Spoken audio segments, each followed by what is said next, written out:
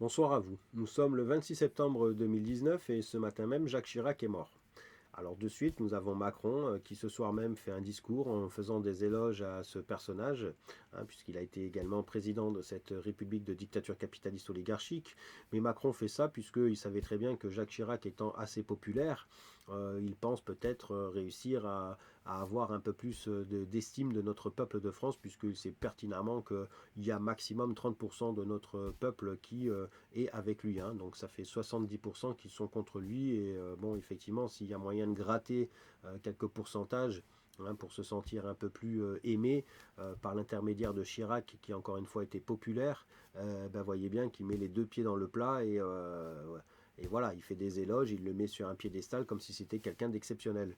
Or, Jacques Chirac, je vous le rappelle, c'est un homme politique comme n'importe lequel d'entre eux, à savoir un corrompu jusqu'à la moelle, qui a su, bien sûr, soudoyer notre peuple de France tout en souplesse. C'est pour ça qu'on dit que c'est un des derniers grands présidents de la France, puisque il nous a eu, il nous a enflé comme n'importe lequel d'autre. Mais sauf que c'était tellement souple. Lui, il mettait de la vaseline comparé aux autres qui ont omis d'en mettre. Donc on se faisait avoir comme pour Sarko, Hollande ou Macron aujourd'hui, sauf que bon, on le sentait un peu moins. Et surtout, Chirac, comme il avait des comportements qui étaient proches du peuple, et notamment, on l'a vu au salon de l'agriculture, où il dégustait des verres de vin en trinquant avec les gens, où il mangeait des tartines de pâté. C'est pas trop le comportement des oligarques de faire ça. Et donc, grâce à ce genre de petites manipulations, les gens ont cru que c'était quelqu'un proche du peuple. Or, je vous le rappelle quand même, c'est un monsieur qui vit dans un château, qui vivait dans un château, c'était un châtelain, donc ce personnage se prenait pour un roi comme n'importe lequel d'autre politique. D'accord. Donc, ce qui est assez paradoxal, c'est que d'un côté, il combattait contre soi-disant la pauvreté, puis de l'autre côté, il pétait dans la soie avec sa petite Bernadette, qui elle a plus de 100 ans et tout à l'heure, et puis elle est encore là. Et moi, la question que je me pose, c'est qu'aujourd'hui, comme Jacques Chirac est décédé, est-ce que notre peuple de France va arrêter justement de payer tous ces frais qui nous a coûté depuis autant d'années là, son château, c'est nous qu'on paye l'entretien, son chauffeur, voiture de fonction, tutti quanti. Notamment, il ne faut pas oublier que c'est des personnes qui avaient des frais de bouche exorbitants, à savoir 700 € de frais de bouche par jour, s'il vous plaît. Donc, pour quelqu'un qui était soi-disant contre la pauvreté, voyez bien que de l'autre côté, il nous la mettait bien profond. Après, alors c'est vrai que la différence, c'est que lui mettait de la vaseline comparé à aujourd'hui Macron. Mais en tout cas, il n'y a pas de lieu de le mettre sur un piédestal. Malgré tout, Macron déclare jour national pour ce lundi 30. Donc effectivement, ça peut être bon pour notre peuple, puisque il va être en congé ce jour-là grâce à Chirac.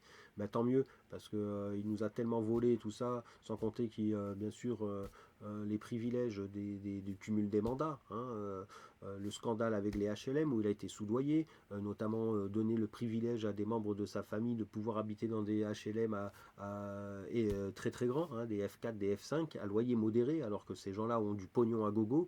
Pourquoi ils ont encore le besoin d'aller gratter sur des trucs comme ça, alors que c'est censé être distribué à des familles qui en ont réellement besoin, et des familles nombreuses. Donc, vous voyez, Chirac ou un autre, c'est exactement les mêmes. Donc le prochain, c'est censé être Giscard.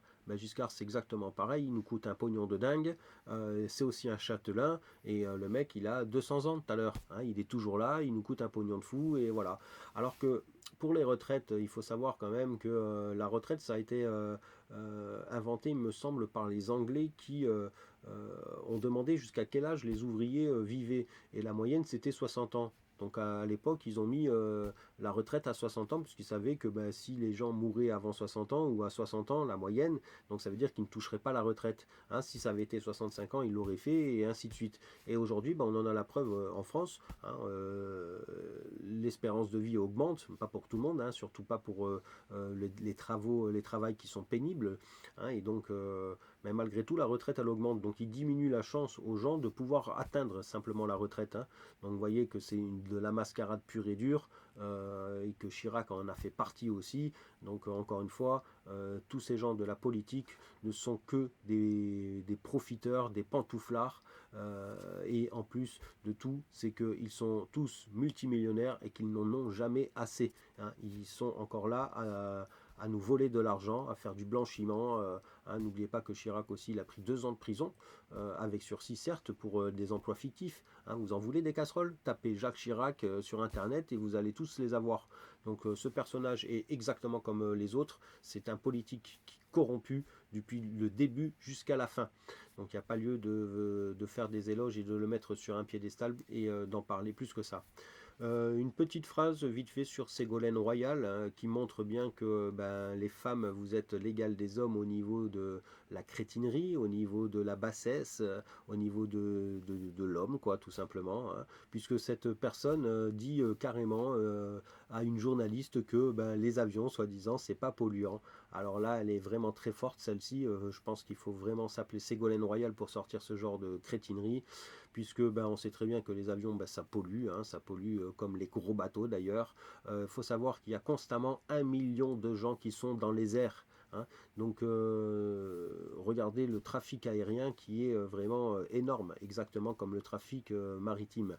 Et donc quand vous savez que ben, un bateau, encore une fois, un gros porte-remorqueur, ça consomme plus de 300 tonnes à la journée et qu'il y a 50 000 minimum bateaux porte-remorqueurs au monde, hein, sans compter après tous les bateaux de croisière, tous les bateaux militaires, toutes les frégates, hein, ça fait des centaines de milliers de bateaux qu'il y a sur les mers, mais pourtant cette politique de dictature capitaliste oligarchique essaye de faire croire que c'est le peuple qui pollue. Hein. Vous savez que pour polluer l'équivalent de 300 tonnes par jour, il faudrait qu'on brûle pendant un an plus de 90 kilos de déchets toxiques comme des pneus ou ce genre de saloperies.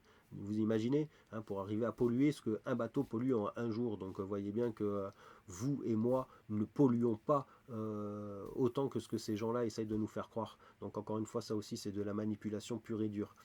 Vous l'avez vu avec les retraites, bien sûr, les gens ne sont pas contents parce qu'ils s'aperçoivent qu'effectivement, ben, la réforme des retraites à point, là, eh ben, encore une fois, c'est le peuple qui va payer, alors que les oligarques, les politiques, eux, ne payent jamais, et en plus, ils ont des retraites dorées, hein, en fait, et puis même le cumul des retraites, ce qui est quand même assez hallucinant. Donc tout ça, j'espère que vous allez le prendre en compte, hein, de voir à travers ces anecdotes, hein, que ben, nous sommes des esclaves.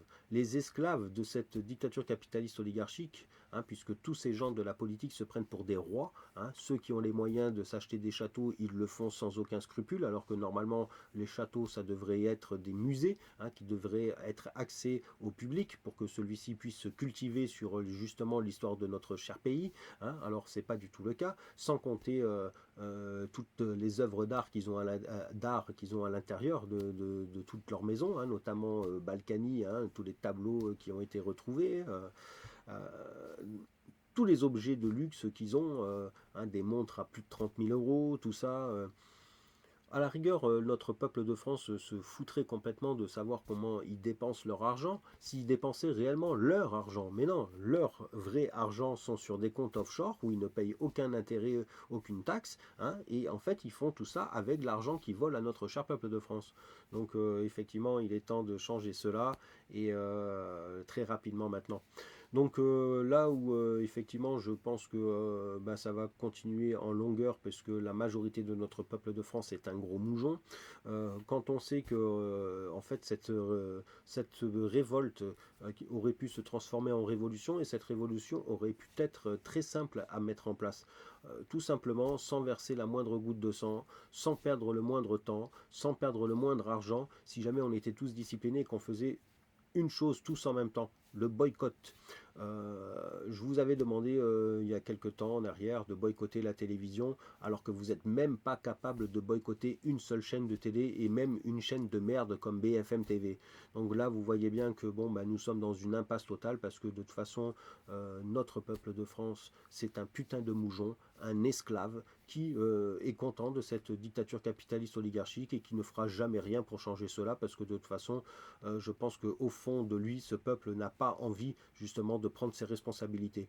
Alors quand vous n'êtes pas capable de boycotter ne serait-ce qu'une seule chose, toute simple comme une chaîne de merde qui est BFM TV ou on pourrait dire n'importe quelle autre chaîne, comment voulez-vous faire des actions qui sont un peu plus importantes, comme se réunir et se concerter pour aller dans une seule banque pour faire crouler les autres, hein, ou boycotter aussi les bouquins, les livres que ces gens-là écrivent. Regardez, Sarkozy vient d'écrire un livre, tout à l'heure ça devient un best-seller, vous êtes tous là à courir pour aller l'acheter, et en plus vous faites la queue pendant des heures pour que cet énergumène vous signe le livre. Non mais vous imaginez, Balkany est en prison, t'as sa femme qui sort le Wapéré, t'as tous les habitants qui les glorifient comme si c'était des stars de je sais pas quoi. Hein, Isabelle, Patrick, on vous aime. Non mais vous êtes tarés les gens, vous êtes tarés, moi je vous le dis. Donc je vais continuer quand même à vous proposer le boycott, mais je commence à m'apercevoir qu'au fond de moi, effectivement, nous sommes qu'une poignée. Et donc, cette poignée-là, la seule chose que nous avons à faire maintenant, c'est de se trouver et de se réunir,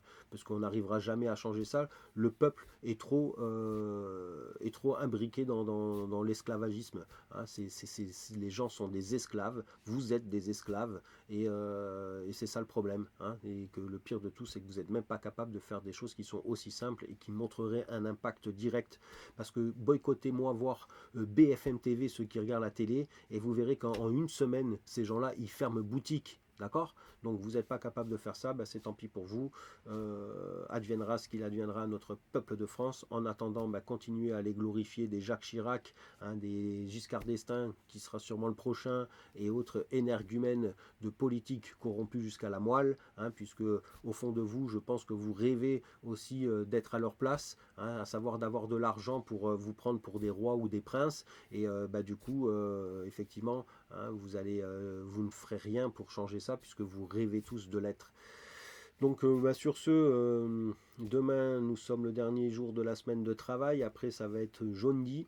J'espère que notre cher peuple de France qui va sortir encore une fois dans les rues alors que ça ne sert pas à grand chose, puisque encore une fois vous n'êtes pas discipliné sur les autres choses, vous n'allez pas être trop matraqué, trop mutilé, trop éborgné, hein, parce que vous avez vu les forces de l'ordre n'hésitent plus, hein, ils sont même contents. On a vu cette petite vidéo où une dizaine ou une quinzaine de policiers de la BAC, après avoir tabassé et gazé des gens, ils se sont applaudis eux-mêmes. Il y en a même un qui s'est mis par terre à faire des pompes là, et il a dansé, si j'ai bien compris, sur un truc de jeu électronique là. La stupidité de la bassesse humaine, mais c'est fou de voir des gens qui réfléchissent comme ça, qui en fait réfléchir, non, qui réfléchissent pas, qui agissent tout simplement comme ça, et le peuple de France qui apparemment a l'air de soutenir cela, parce que encore une fois, vous le savez maintenant, il y a des choses toutes simples à mettre en place et qui ne vous coûteraient rien du tout à part un petit peu de discipline, et ça même vous n'êtes pas capable de le faire. Donc écoutez, continuez à faire ce que vous pensez de bien, et force au peuple quand même.